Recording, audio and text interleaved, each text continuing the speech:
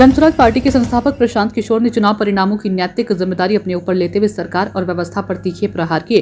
उन्होंने कहा कि जिन नेताओं के चरित्र और कार्यशैली पर उन्होंने पहले सवाल उठाए थे, आज भी वे वहीं खड़े हैं। उम्मीद थी कि सरकार उन पर कार्रवाई करेगी, लेकिन जनता ने उन्हें दोबारा चुनकर भारी जनादेश सौंप दिया है। अब ये सरकार की जवाबदेही है कि ऐसे लोगों को मंत्रिमंडल से दूर रखें। प्रशांत किशोर का साफ कहना है कि अगर विवादित नेताओं को फिर से मंत्री बनाया गया तो वे जनता के बीच भी जाएंगे और जरूरत पड़ी तो अदालत का दरवाजा भी खटखटाएंगे। जिन 4 नामों की ओर उन्होंने पहले इशारा किया था, अगर वे फिर मंत्रालय की कुर्सी तक पहुंचते हैं तो मामला सीधे कोर्ट में उठाया जाएगा।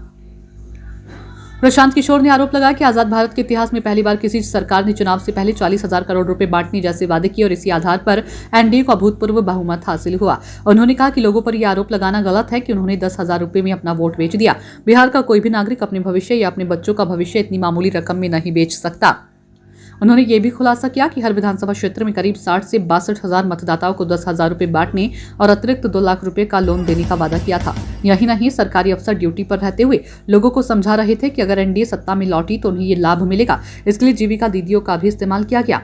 प्रशांत किशोर ने साफ कहा कि बिहार में वोट चोरी उतना बड़ा मुद्दा नहीं है जितना सरकारी तंत्र के दुरुपयोग का है। मतदान के अंतिम 2 घंटों में 15 से 20% वोटिंग बढ़ जाने का पैटर्न गंभीर सवाल खड़ा करता है, जबकि चुनाव आयोग इस संबंध में विस्तृत आंकड़े सार्वजनिक नहीं कर रहा है। उन्होंने विपक्ष से अपील करते हुए कहा कि भले ही जनसुराज एक छोटी पार्टी है, मगर लोकतंत्र की रक्षा के लिए विपक्ष को इस मामले को गंभीरता से लेना चाहिए और यदि स्थिति मांग करती है तो सुप्रीम कोर्ट में चुनौती भी देनी चाहिए। उन्होंने ये भी सवाल उठाया कि क्या मौजूदा मॉडल कोड ऑफ कंडक्ट ऐसे मामलों को रोकने के लिए पर्याप्त है। प्रशांत किशोर के इन आरोपों ने न केवल सियासी हलचल बढ़ाई बल्कि बिहार की राजनीति में एक नई बहस भी छेड़ दी है।